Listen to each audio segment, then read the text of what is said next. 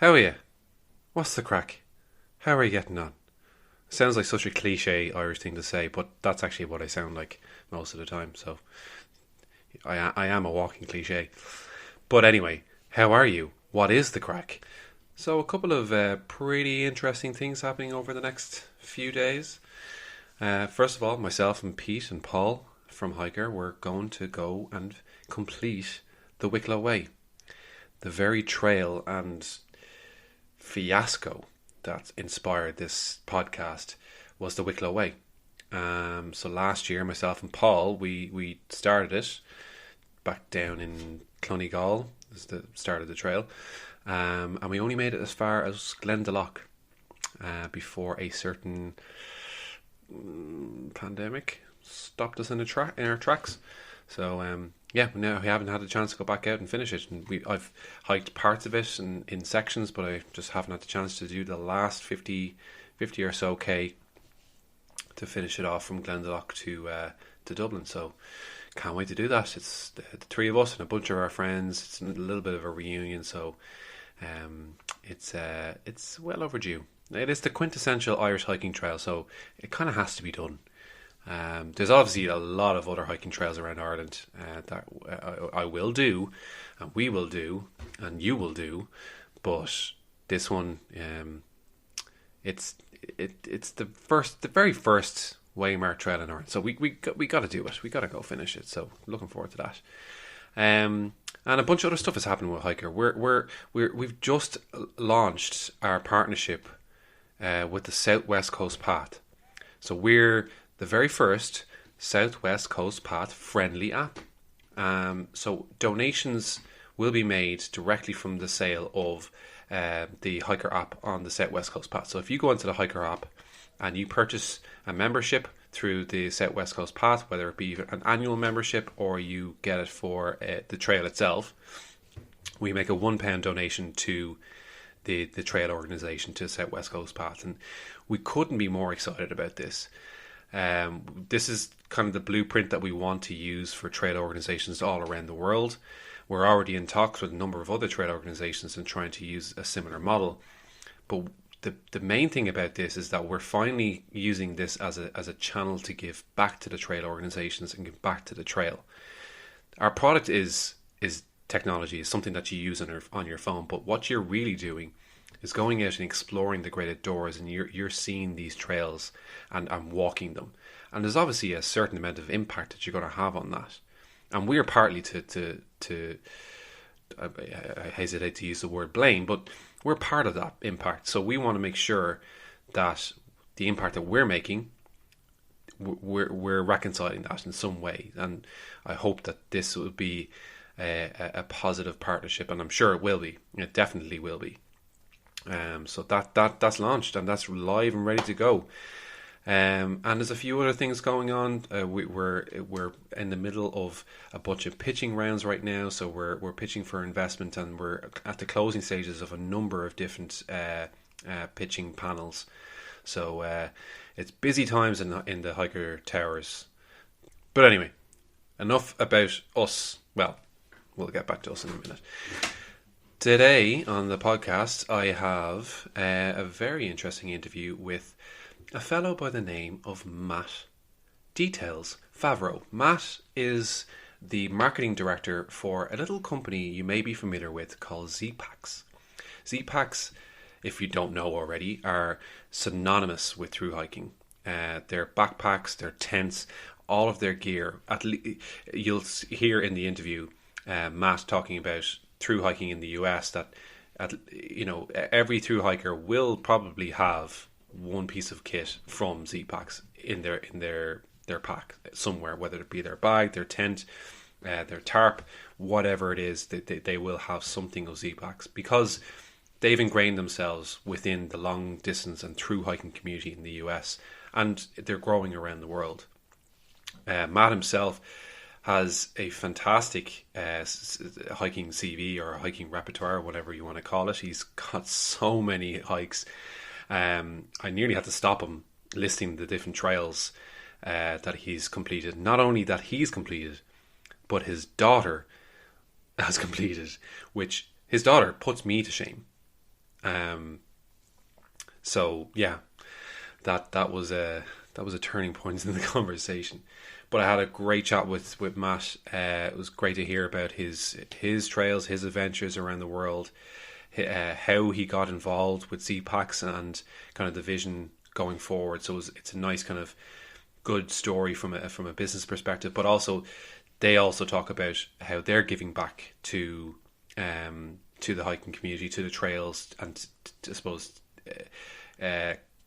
helping the environment or protecting the environment. It was a fantastic interview. Really enjoyed talking to Matt. So yeah, I really hope you enjoy it. Have you heard of HiiKER by any chance? Well, HiiKER is a mobile app. Well, it's more than a mobile app, it's a web app. Well, HiiKER is a platform. HiiKER is a way for you to discover your next great adventure. To date, we've mapped over 1,700 trails from all around the world, and that number grows every single day. So you'll never be short of choice for your next hiking adventure. You can download the app for free right now in the iOS App Store or your Google Play Store, or you can head over to hiiker.app to start planning your next adventure. Alright guys, I gotta go pack. I really hope you enjoyed this interview as much as I did. Matt details Favero, take it away. So, Matt details Favero.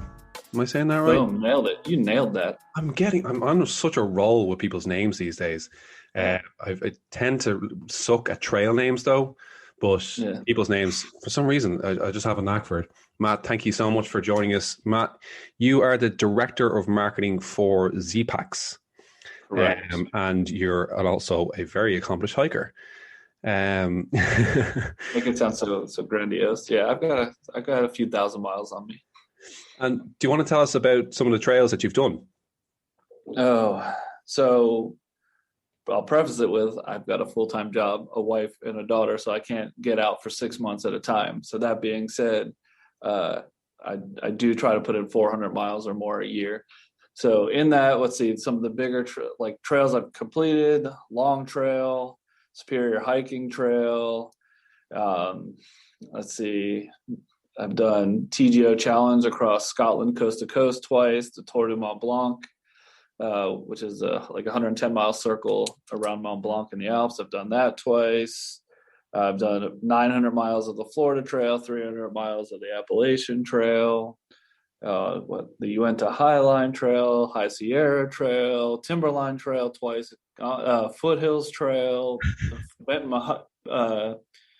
the Bartram Trail, through hike that in October. So it goes on and on and on. So you've got a good memory there. You've listed pretty much everything. More. Everything. Ocean to Lake Trail twice. Oh, you're still going. Yeah. Yes, that's like some stellar list, and a lot of those trails some people might only ever do once, or plan their entire life to go and do. Yeah. To do that with everything that you have on your plate is quite an accomplishment. Yeah, I've done the W route in Patagonia. Oh, right. Mount Olympus in Greece, at 100 miles in Turkey last February. Yeah, it all adds up. And it's showing no signs of slowing down anyway. Yeah. Well, I could keep going probably. But. Well, you were just telling me about your plans to go on another trail there, another one next month. So yeah, Duncan Ridge Trail in Georgia. Yeah. Awesome. I would ask you, what was your favorite? You've done the Tour du Mont Blanc twice and the TGO twice. Like, could you say that they're your favorite, or? Tour du Mont Blanc, probably. It's, especially being an American, there's a little added stuff, to it, more than just the hike, but the culture, the views, the food, the camaraderie on the trail. People from all over the world are doing it. So you're just like a long distance trail in the US too. Like you run into people from all over the world on the AT as well. But I don't know, there's just something magical about that part of the Alps. Yeah. And it's awesome. I was actually talking about doing it next summer, not 2021, but 2022. Okay. doing it again. Third time's a charm. I hope so. Well, there is so many alternative routes along the Tour Yeah. de Mont Blanc. So yeah, I think we spoke about this before, that you can do the Tour de Mont Blanc in as many Yeah. different ways that you want to.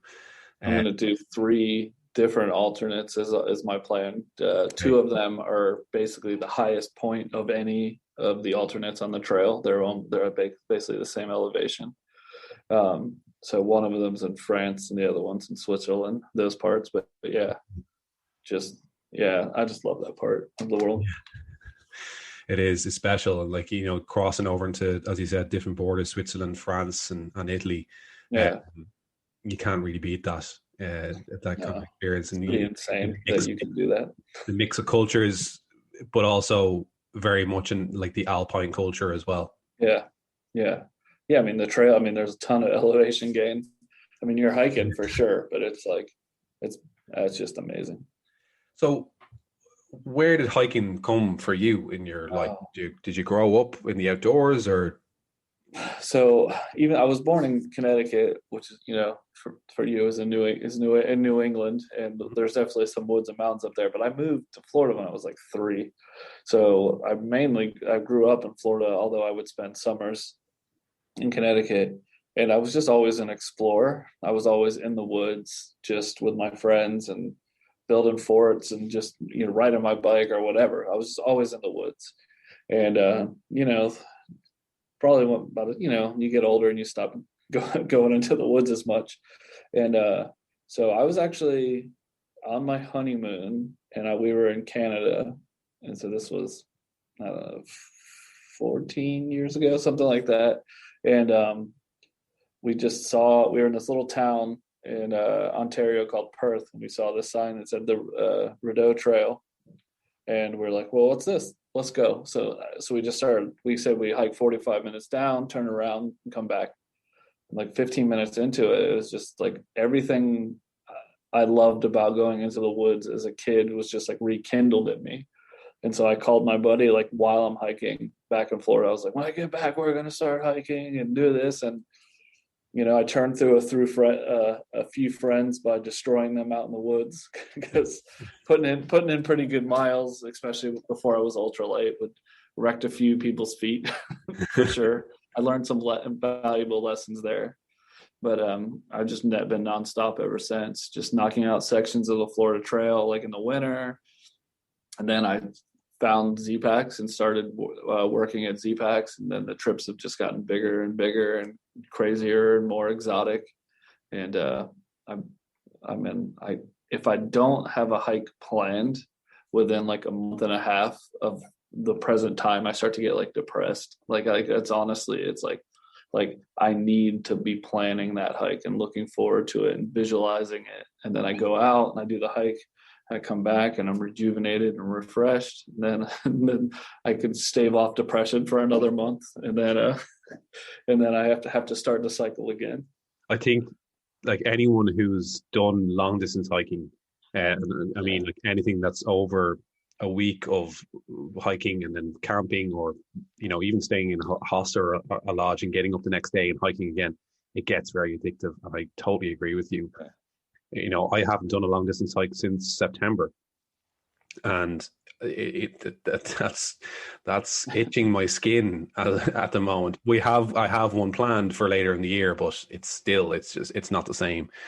So like, when did long distance hiking come into the equation? Because there's a difference between hopping on a trail for a day and then so I mean, for a week, or I think everybody, especially in the US, right, they learn about hiking, they start like fantasizing about the Appalachian Trail before like they know any, because that's like the most popular one. They don't know any better, right? It's just like, This is the one everyone says, this is the one everyone talks about.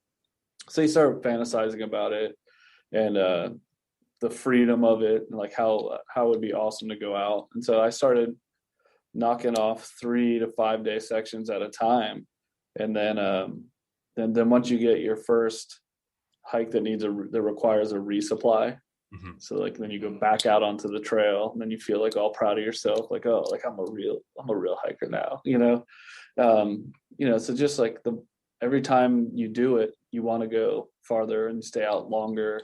And it's just been, I don't want to come back usually, unless the weather's really crappy. Yeah. And the Appalachian Trail as well is notoriously one of the wettest trails.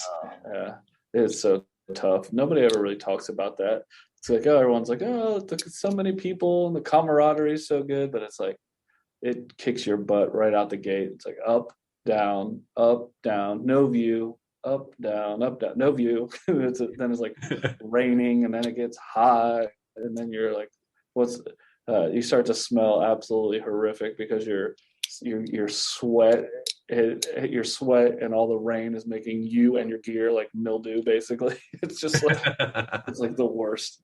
But I'm sure there's people listening to this right now that are thinking, yeah, that sounds fine.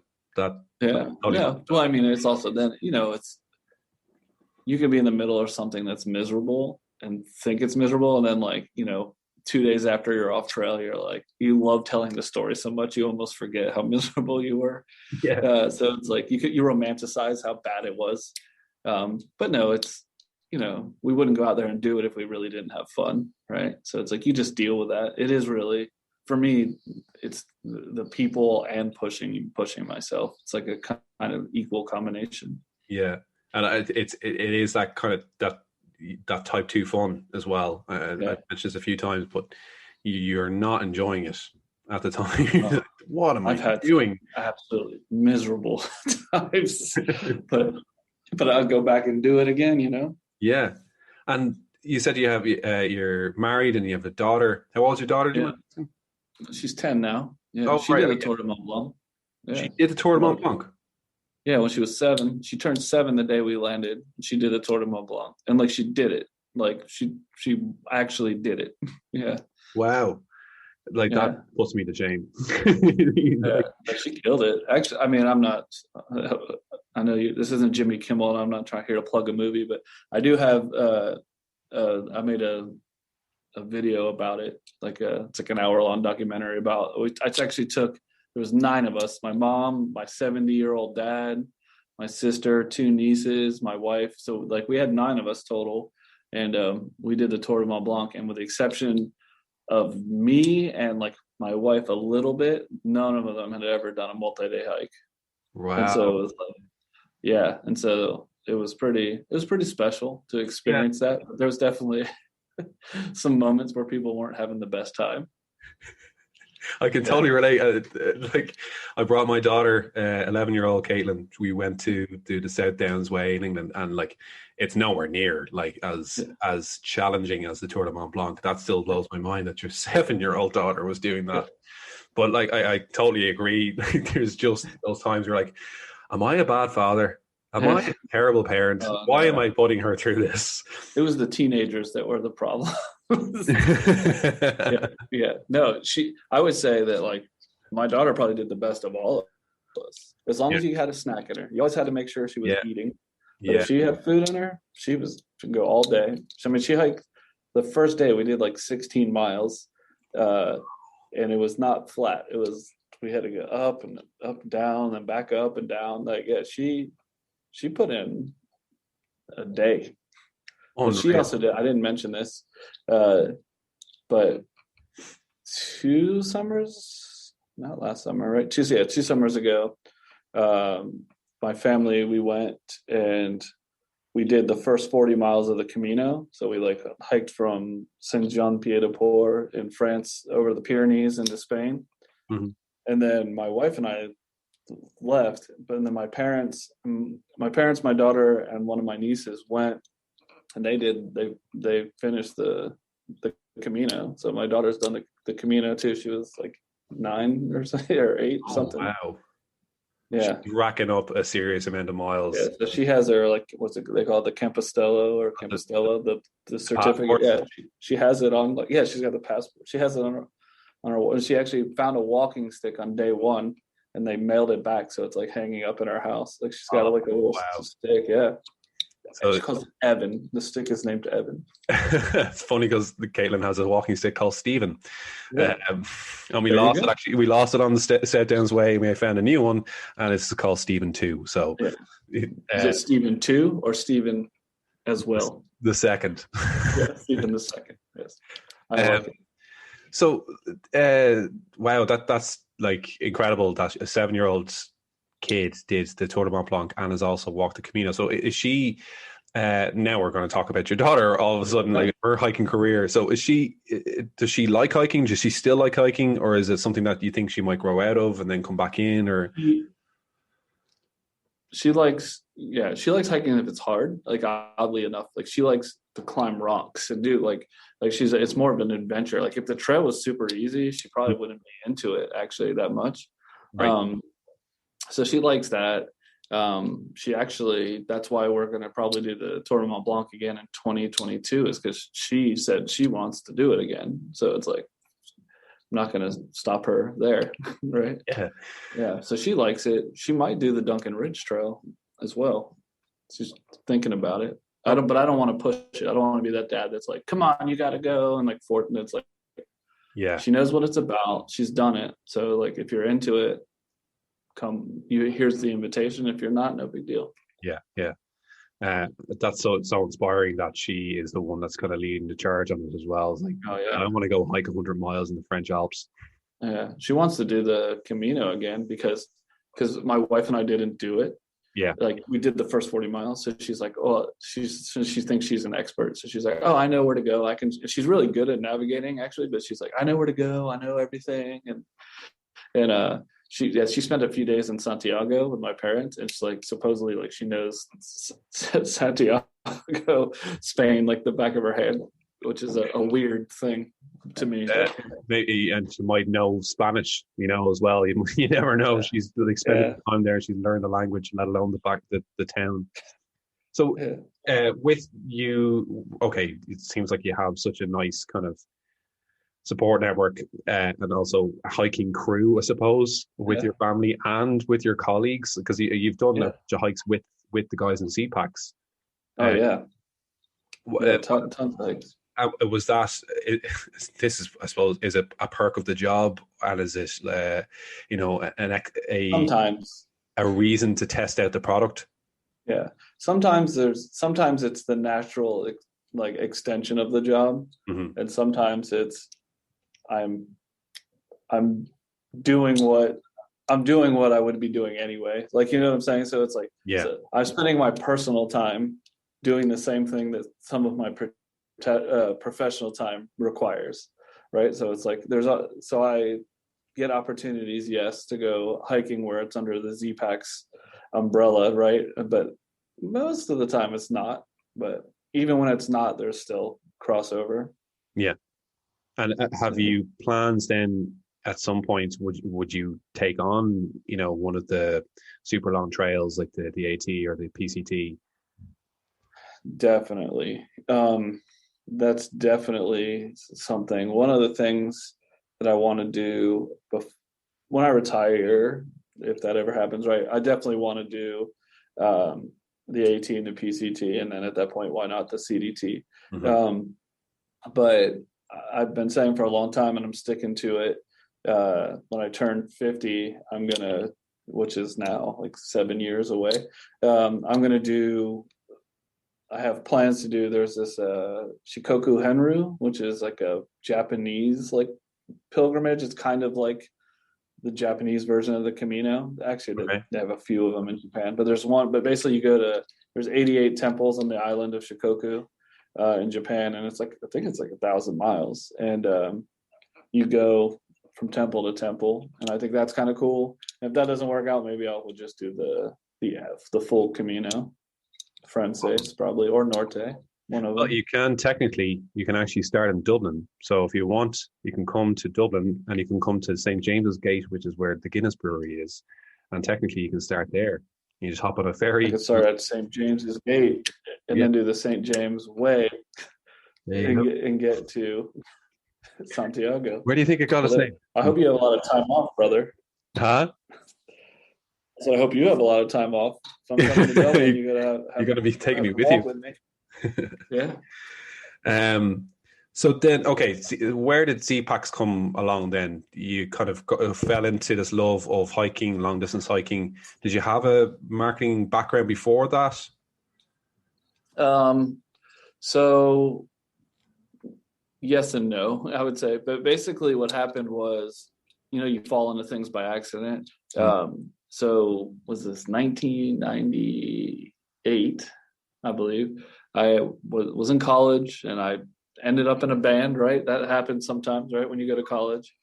And so we needed a website. So I took a class on how to make a website. And then all the other bands that were local were like, you know how to make websites? I'll pay you to make a website. And I was like, okay. And so then I was like, well, now we need flyers. So then I figured out how to use Photoshop. And then it was like, oh, you know how to use Photoshop? I need flyers too. And so that it was like, and then like, oh, well, now we need merch. So I had to figure out everything that goes around with designing merch. And the next thing you know, it's like, I was marketing, but I didn't even know that it was marketing, Yeah. And so then I was involved with I still am, but not in the same capacity, with a soccer supporter group here in the U.S. for over 10 years too. And so same thing, from websites to logos and merchandising and all those things. So it's like, it's kind of always been something that's organically happened for me. And I was just able to be in the right place at the right time and have the knowledge of the community and our products to be effective at doing it for Zpacks. Right. Okay. At least I think I'm effective. If you I see one of those annoying Google ads, then I'm effective. Well, like Zpacks have become, at least from my perspective, and everyone over here have become synonymous with through hiking, especially in the US. And anybody who's thinking about through hiking one of these trails is usually using one of your packs or using one of your tents or any piece of gear from Zpacks. Yeah, usually it's like, I would say most through hikers, like on average, have some part of Zpacks in their kit for sure.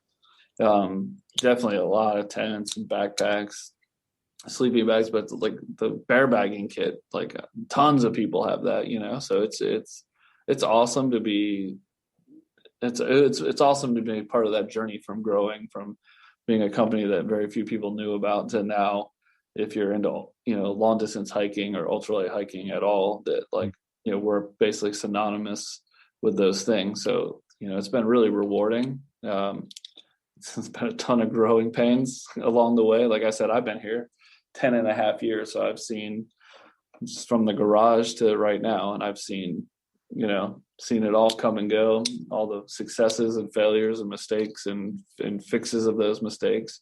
And it's just been a heck of a ride. And we're pushing every day, pushing. Awesome. Well, like I'm definitely going to be burning or getting as much inspiration and advice from you, because you've gone down that road already, you're down that trail, if you forgive the pun, because we're certainly, we're at early days ourselves with HiiKER, and we're hoping that we can you guys one day like you're off to a good start. Hopefully, fingers crossed. So is there any other trail? You talk about the Duncan Ridge and, potentially in the future doing the AT or the super long trails. Is there any other European trails that you're looking at? GR20 has been on my list for a long time. Also the Alta Via 2 in Italy, which is that's supposed to be beautiful. And then also the section of the GR5 that goes from Geneva down to it ends on the Mediterranean right outside of Nice. That's also just for Europe. I could go on and on. I know. Yeah, man.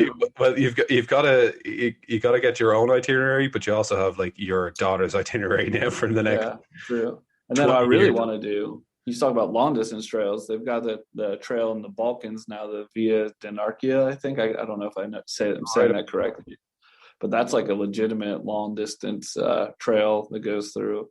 Was it Croatia, Bosnia, Montenegro. Does it go into Serbia a little bit? Mm-hmm. I don't know. It's there's my geography. I'm trying to think of all that. But yeah, that's awesome. The Balkans are super sick if you've never been. Like the way the mountains come out of the Adriatic on the Balkan coast there is just insane. It's Yeah. cool. I spent a bit of time there. I haven't done like long distance hiking at all. I definitely did a bunch of day hikes while I was there in Montenegro and in um You went to Montenegro? I went to Montenegro. I went to Did you go to Serbia. Kotor? Huh? Did you go to Kotor in I did go to Montenegro? Kotor. Yes, I did. Awesome. Yeah, I climbed out of my wife, my daughter, and I. We hiked from Kotor like all the way up, and there's this little village way up. Yeah, Hiked up there and had lunch and came back down. I did the exact same trail. Yeah. You bring back memories. Did you go on the other side to the old base? I did actually. Yeah, I was climbing Yeah. around the base. Yeah, I was told. Yeah. So we totally went in there too. I was told by some local hikers or some local old people, like, get the hell down from that. That's like sacred. Like, Yeah. oh, okay, sorry. Yeah. We were there. Yeah, Montenegro is awesome. Yeah, Montenegro is absolutely beautiful, and the sea, like the temperature of the sea when you come back down as well after a hot day of hiking up in the hills, and just being able to just walk into the sea with no chill, but you're still cooling down. I definitely have to go back and do some proper trails over there. Yeah, but that's the problem. There's too many good ones. And that's what I was saying, like with HiiKER, with this company and this product that we've made, it's a ridiculously long bucket list for me now and for the guys. Yeah. And now, unfortunately, you have discovered it, and now you are just looking at all of these trails. God damn it. Yeah, I mean, luckily through Zpacks, I've been able to learn about a lot of trails that I didn't know about, and I didn't even mention the Ruta Vincentina in Portugal. Like that's the fisherman's way or whatever. It goes right along the coast in Portugal. That's like another thing. I was actually supposed to do it last June, but the pandemic took care of that. You already mentioned about being able to use Zpacks as a reason to go over, but how do you balance everything? How do you balance working and having a family and doing these trails? Well, it's tough. So if I'm gone for more than 2 weeks, which is I don't like to be, it's like I have to have my team because I have like a team, Mm-hmm. Everybody has to know what they're doing. I've got to organize it. And then when you come back, there's a bunch of stuff that had to wait. And just getting caught up when I get back is really tough. So 2 weeks, it's like, it's always pushing it. And when I'm in it, when I'm back, when I'm here, I'm in it and I'm just in it. And in it, and I burn myself out, which is why I need to go away. But it's like, yeah. So it is a tough balance. Yeah. Especially because like I prefer to do something in its entirety, right, as opposed to like a section hike. So it's like I'm constantly on the lookout for like that trail that's like 250 miles or less. That like I know that I can go and like blast out, like I can like complete it. I don't want to come back and do it in 2 stages if I can avoid it. Yeah. So it's like I'm always looking for that, and that's so trying to find those and balance it. Then I spend normal time with my family where we're not walking. Going like on a normal vacation. Yeah. Something like that. So it is tough, but I'll deal with it all day, every day. Yeah. It's a hard balance to get. Anyone, as I said, that gets into long distance hiking, you do get addicted to it. You're waiting to do the next trail and trying to find that 2-week window where you can get out is tough. But it's totally worth it, and that's why we do it. Yeah. I feel so fortunate, that I'm a huge believer in luck, really. Like I believe you can be fortunate for sure. There's people who are fortunate, but in most of those circumstances you put yourself in the place to get lucky, right? Like, you very rarely did you end up in a random place on accident and then something great happens to you. It's like, usually a series of decisions and, like, habits that put you in a place that give you an opportunity for you to take advantage of, and you still have to take advantage of it. So Yeah. it's like, yeah, I definitely feel like I'm fortunate, but it's like, I think we make our lives kind of, we choose kind of how we're going to, live Yeah. our lives. No, I totally understand it. I think I was reading a book earlier on. It's about long distance running, but it's a guy, Murakami. He writes a lot of fiction, but he wrote a book about running. And one of the things was he talking about how fortunate he was to be able to have this balance of being able to do long distance running and writing. And one of the things he says was, luck isn't serendipitous. It's not this thing that just happens out of the blue. It's like someone digging for gold. Someone doesn't just come upon gold. Someone has been digging for that for months, if not years, and then eventually they get there. So you might not be actively digging for that, but you've made those choices. You've put yourself in those positions, as you said. I won't take away from your words, but you're absolutely right. I think landing yourself in a job like this wasn't by chance, and you went about it in a very rock and roll punk way as well. Like, I mean, using to get into it. Yeah, I sent Joe an email, and I was like, because he used to be based in New York, and then I wanted to use some stuff to make a presentation that I had saw on the website, and I went back and I saw that he had moved to the next city south of me, and I sent him an email, and I was like, hey, I'm doing this thing, can I take you out to lunch and ask you some questions? And he said yes, and then we went to lunch, and he offered me a job. It's like, if I had never had been ambitious enough to reach out, and then he offered me a job, and it probably wasn't the best decision, like on paper, to take that job at the time, because it wasn't marketing, it was sewing, which I had no experience on how to do at all. But it was like something that was involved around something that was a passion of mine, and I believed in the brand, so I took a chance. So I contacted Joe, and then that led to an opportunity, and I took advantage of the opportunity, and here we are today. So. And I don't want to take away your secret sauce or any big world domination plans, but what's going on for Zpacks? What's the idea? Is there a global domination plan? Oh, global domination. That's just so ominous. No. I think what company doesn't want a bigger piece of the market share, right? Sure. But I think it's not about going after other companies to do something like that. It's about making the best products you can and continuing to refine what you already make, and just staying in tune with what the community wants and needs, right? Mm-hmm. And so I think that's been our focus since the beginning. It's always been about listening to customer feedback and refining, and then also listening to customer suggestions and creating. I mean, right now we have 3 backpacks that are going to be coming out before summer, probably a 4th before the end of the year. There's 5 tents under development, multiple clothing items.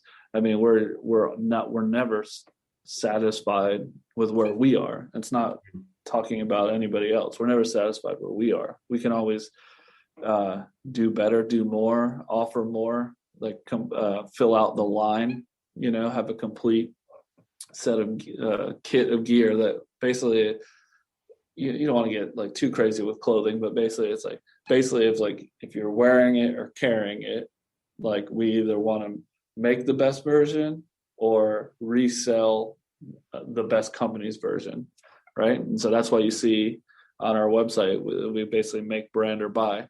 If we can't make it in-house, we find somebody who can make it for us and to our specifications. And if we can't find that, then we find the company that does make the best one, and then we carry that. And so like that's the goal. Okay.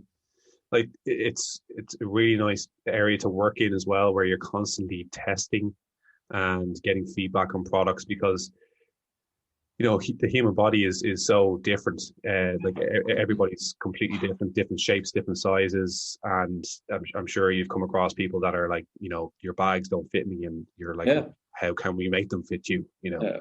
Um, do you get much of that? Do you get people saying, like, I'm sure there's a difference between like female hikers and male hikers about the shapes and sizes that they have. Yeah. I mean, just in general, too short, too tall, too big, right?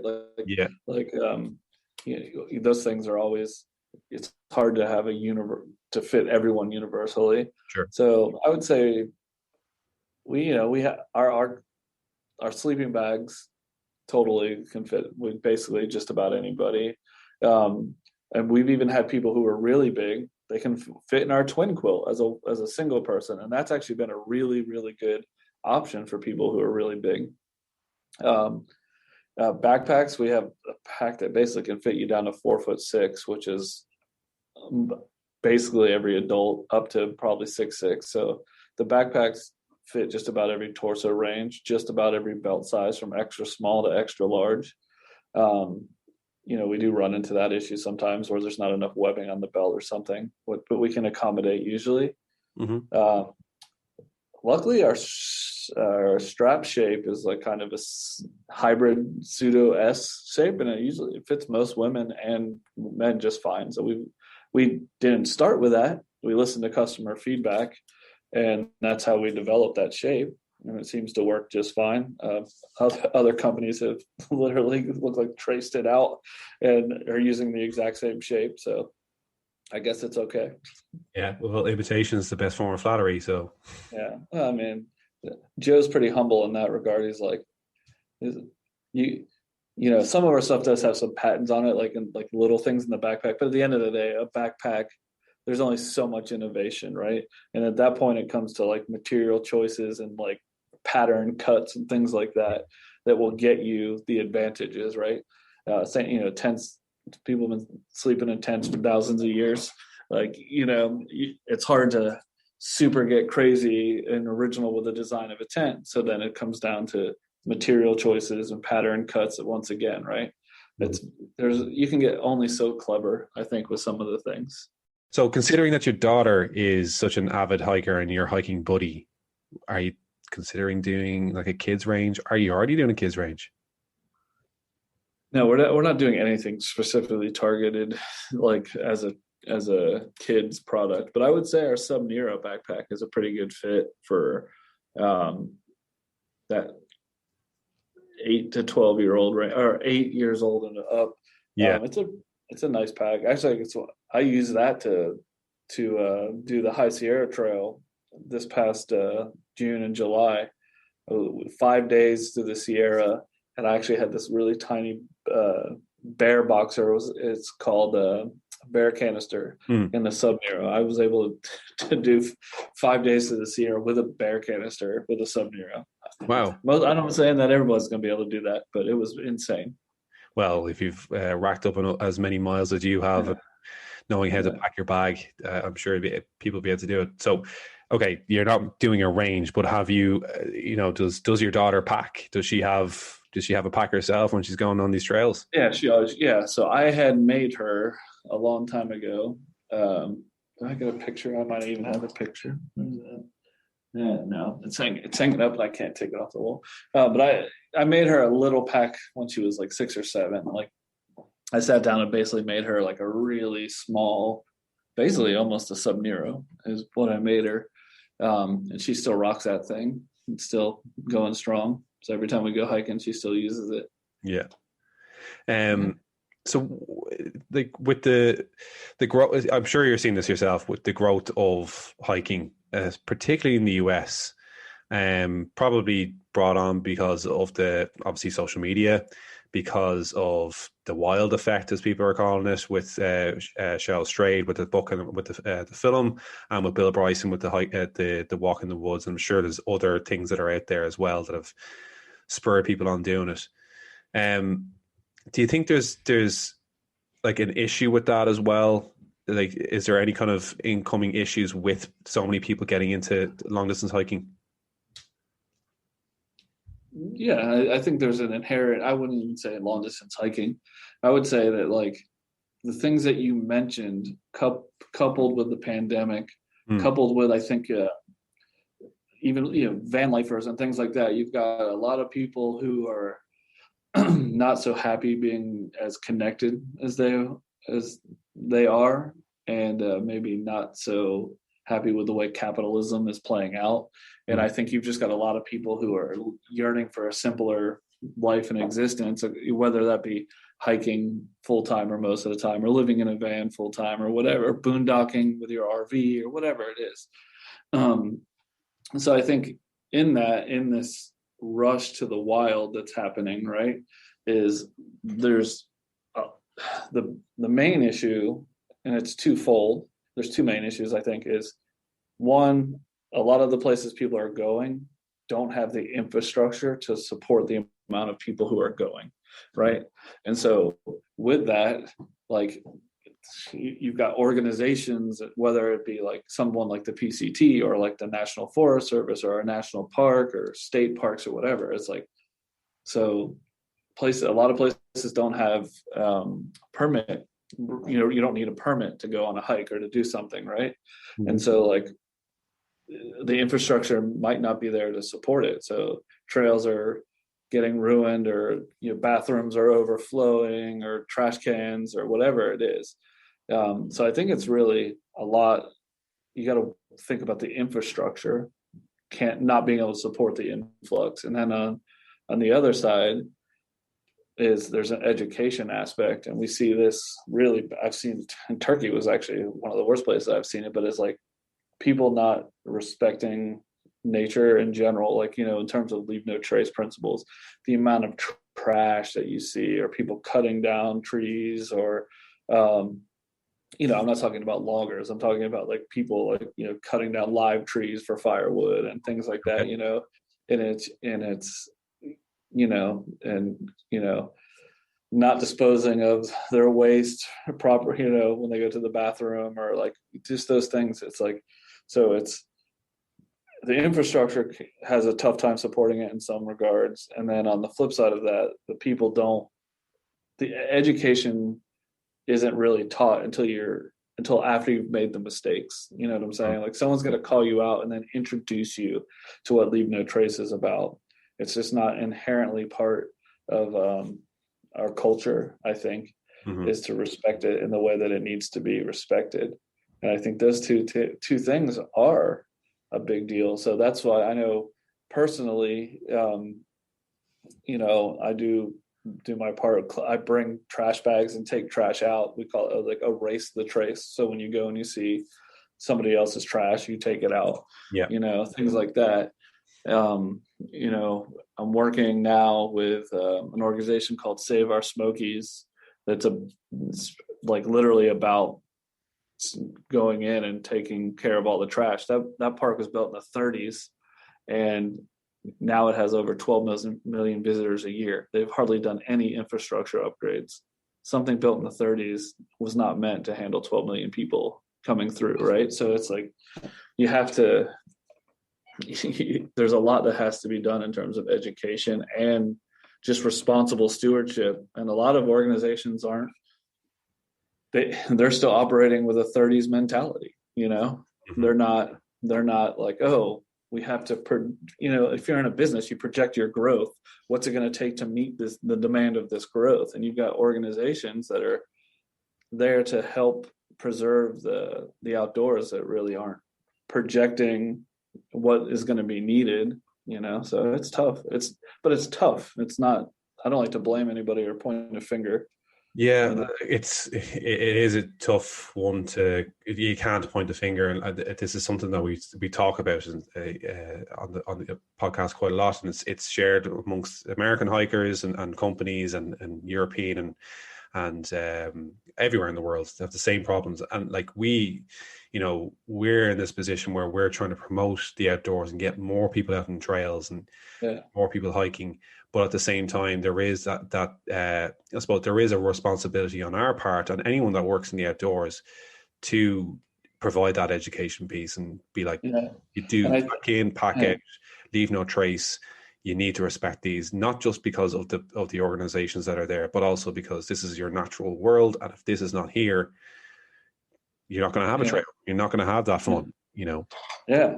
And it's tough too, right? Because, you know, like we're doing, you know, for the whole year, we're doing a giving back together campaign where we're taking donations from the customers at checkout and then matching those donations, and all the money is going to being split up between the organizations that run the 11 national scenic hiking trails in the U.S. Which is nice. You know, the month of February we're doubling that actual match, but it's like money's nice and it will do good, but quality education I think is going to do more. If like people understand that they're not supposed to do some of these things, then you don't need as much money to undo what's being done. You know what I'm saying? Yeah. And so it's like you need both. And I just think it takes. I was talking to this with Plug It In Hikes, who's one of my good friends, and he is on the board of Save Our Smokies. And it's like it's going to take a full generation and a half if you started educating at the elementary school level right now. It would take you a full generation and a half before you could change the habits of who we are as a culture, you know, and as a society when it comes to like even just throwing trash out your window of your car, or like I see people dump trash in the middle of the parking lot, like when they're like, you know, like out of their cars. It's like that's not what you do with trash. You know, you just don't dump it around. Yeah. You know, or just chucking apple cores into the middle of the woods, you know, just anything like that. It's like that's not where that grew. Yeah, that's not naturally where an apple core would be. No. Okay, I'm conscious of time. As I said, you gotta go coach a soccer team, or assistant coach a soccer team. Assistant coach, yeah, it's my daughter's soccer team. Assistant to the regional manager. Yes. But I want to know details. Oh, yes. Details is your trail name? Yes. Please tell me the story, because I'm fascinated. So I alluded to it earlier about if I don't have a hike coming up within like a month and a half or so that I can obsess about and think about and envision and plan, that I start to get depressed. So what happens when I have a hike coming up is those are the things that I do. I definitely scour the GPX files. I find all like the points of interest. Basically, I kind of like mentally hike the trail before I hike it, which some people don't like, and I understand that because you want to be surprised sometimes. But so basically I just was in the habit of that, and so I was hiking with one of my buddies one time, and I just nonchalant said something like, "Oh, that's because this is that," and then up there, and he's like, "Man, you got all the details, don't you?" He's like, "That's what I'm gonna call you, details." And there you go. And that was it. Somebody else gave it, like any trail name. Somebody else should give it to you. Yeah. Like some of the trail names I'm finding out by doing this podcast are hilarious, and the stories behind them is usually just this passing comment that someone's like, "That's your trail name," and then forever that is what your name is. But I kind of got that sense earlier on, even just from you memorizing all of the different trails that you've done, that you do have a certain mind frame around these things. I remember mostly useless things, but I remember quite a bit of things. Yeah. Matt, thank you so much for taking the time out and for having me on the podcast. I'm sure we'll be chatting again very soon. Best of luck with the Duncan Ridge Trail. Yeah. So your memory is good as well. I have it written down. You could have played that one off. I had your name spelled out phonetically as well. No, I didn't. Thank you so much for taking the time. Enjoy the hiking and best of luck with Zpacks. You're doing an absolutely amazing job. You don't need the kind words, but I'm going to give them to you anyway.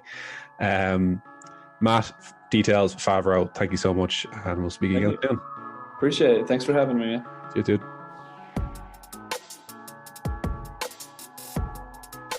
Straight after that conversation with Matt, we continued the conversation, and he asked me did I want a tour of the factory, which Lasted for about 2 seconds. He literally turned his camera around and I saw through the window of his office out to where they make the bags and the tents and the things.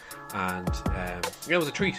But hopefully I do get to go over to Florida and check out the business and see where they make all the bags and the tents and the things. That's it for now. Back in 2 weeks with the next interview. I hope you have a fantastic weekend, week, fortnight, or life. Yeah, have a nice life. Have a great time. Have a great time. Yeah, I never know how to sign off these things. Happy trails, guys.